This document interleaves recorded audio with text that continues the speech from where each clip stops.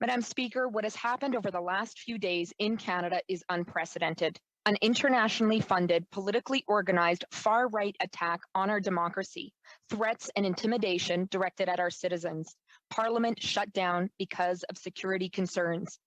Ce qui s'est passé dans les derniers jours au Canada est sans précédent. Une attaque organisée à notre démocratie, venant de la droite radicale, financée au-delà de nos frontières, nos concitoyens et concitoyennes intimidés, le Parlement obligé de fermer, sa sécurité étant menacée. Unprecedented in Canada, but not in North America or around the world. That is why this debate is so important. The fact is, we have a choice as a country between a path of a far-right driven agenda that uses destabilization, provocation, and intimidation as its tactics, that aims at rolling back so much of the social and economic progress we have made in Canada, and aims to undermine our very democracy itself. Let's start with what this debate is not about. It's not about truckers or the trucking industry. Yes, some truckers have been involved, but the vast majority of truckers are going about their business, doing their jobs, providing essential services to Canadians during the pandemic. This also goes far beyond the pandemic. There are many people across the country that haven't been vaccinated, that don't agree with vaccine mandates, that don't agree with mask mandates, but they're not threatening or intimidating anyone. And not everyone who is part of what is happening is a right-wing extremist, but far too many are. Let's be clear, what is happening is being driven by the same far-right agenda that led to the attack on the Capitol building in the US that was fomented by Donald Trump. The same far-right agenda that has been raising its ugly head in Europe, Brazil, and many other countries. The same agenda that we have seen here in Canada.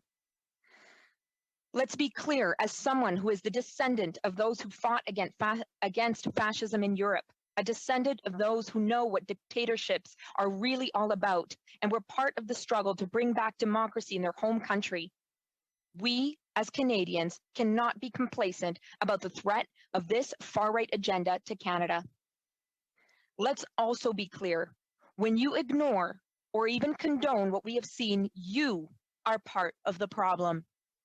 So how did we get here? It starts with the fact that governments and police have for far too long had a view of what is legitimate protest and what isn't. As someone that is influenced by Gandhian principles of nonviolence, the principles practiced by Martin Luther King, the spirit of reconciliation of Nelson Mandela, as someone who's been inspired by the nonviolent actions of Indigenous peoples defending their rights and lands, I believe in the right of citizens to engage in nonviolent protest. These actions, this occupation has been fundamentally different.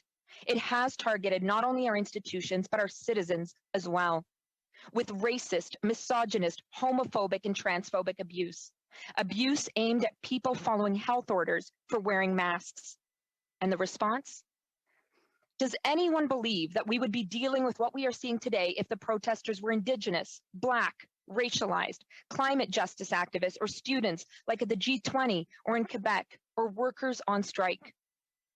What we are seeing is a failure of governments and the police driven by the view of what is a legitimate protest. This is not accidental. It is a part of the strategy. It's like Donald Trump, a billionaire, talking about being a friend of workers. So how do we deal with what is happening and the bigger threat to our values and our democracy? The response from the police has been deeply flawed here in Ottawa and across the country. This is an occupation led by white supremacists. We saw swastikas, Confederate flags, and other symbols of hate and the far right. This occupation has been aimed at abusing and harassing citizens for days, engaging in racist, homophobic, transphobic, and misogynistic attacks on residents, people afraid to leave their homes, the shutting down of businesses, workplaces, people losing their jobs, clogging up 911 phone lines so that legitimate calls can't get through, endangering residents and residential neighborhoods. This occupation has also had as its target our democracy. Leaders have called for the overthrow of our democratic institutions. They have assaulted members of the press. They have threatened violence and unleashed hate against leaders and elected representatives. Yesterday, the occupiers' actions led to the shutting down of Parliament, a shocking and unprecedented move. And yet governments and the police refused to take this situation seriously until the last minute. It should have never gotten to this point. We saw failed local leadership that refused to take action. But I want to acknowledge the heroic work of councillors Catherine McKenney and Sean Menard, who along with other leaders, residents, and labor activists organized and pushed back against fascism in their community by organizing the Battle of Billings Bridge. We've seen right-wing provincial governments in Ontario and elsewhere legitimize these occupations and refuse to take action otherwise. And we've seen a federal government lead us to a place where we should never have been. The Liberal government failed to see this occupation for what it was early on. The Prime Minister focused far more on the rhetoric than the reality. He called out the symbols of the far right, which was the right thing to do, but waited far too long to call out the reality of the agenda itself. But what is really disturbing as we have this debate is the actions and incendiary rhetoric of the Conservatives. Speaker after speaker has exposed the true face of the Conservative Party. This is not the party of peace, order, and good government. Law and order, not anymore, and definitely not progressive conservative. What we have seen is Trump-style far-right rhetoric, condoning, even supporting what is happening. Disturbing references reminiscent of Trump's good people on both sides rhetoric. Incendiary rhetoric aimed at Liberals and Conservatives. Even some good old red-baiting rhetoric thrown in for good measure. But what do you expect from an acting leader of the opposition who saw no problem wearing a MAGA hat, something that has been seen as a symbol of white supremacy in Trump's far-right rhetoric? A party whose heir apparent to the leadership openly supports what is happening. What is really appalling is how the Conservatives are ignoring what is happening just outside Parliament. The racist, homophobic, transphobic, misogynist abuse we've all heard about. When I stay in Ottawa, I'm in the downtown, and so many people I know have been deeply affected.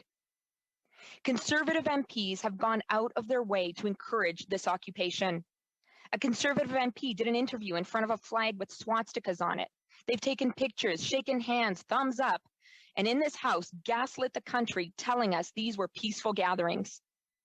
Conservative MPs that have fueled this occupation, rooted in white supremacy, targeting citizens, the press, and pursuing the overthrow of our institutions must be held to account.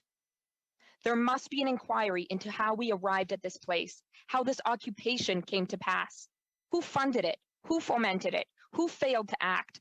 Who passed the buck? What was the role of the police? We cannot ignore this internationally funded, politically organized, far-right attack on our democracy. We cannot allow this to happen again. It comes down to privilege. This protest is being driven by an agenda, an ideology, and supporters that believe they are entitled to target our population and our democratic system. The abuse is no accident. The agenda is racist, homophobic, and misogynist to begin with. Freedom is rooted in our democracy. It starts with respect. It's not about the freedom to be racist, homophobic, and misogynist.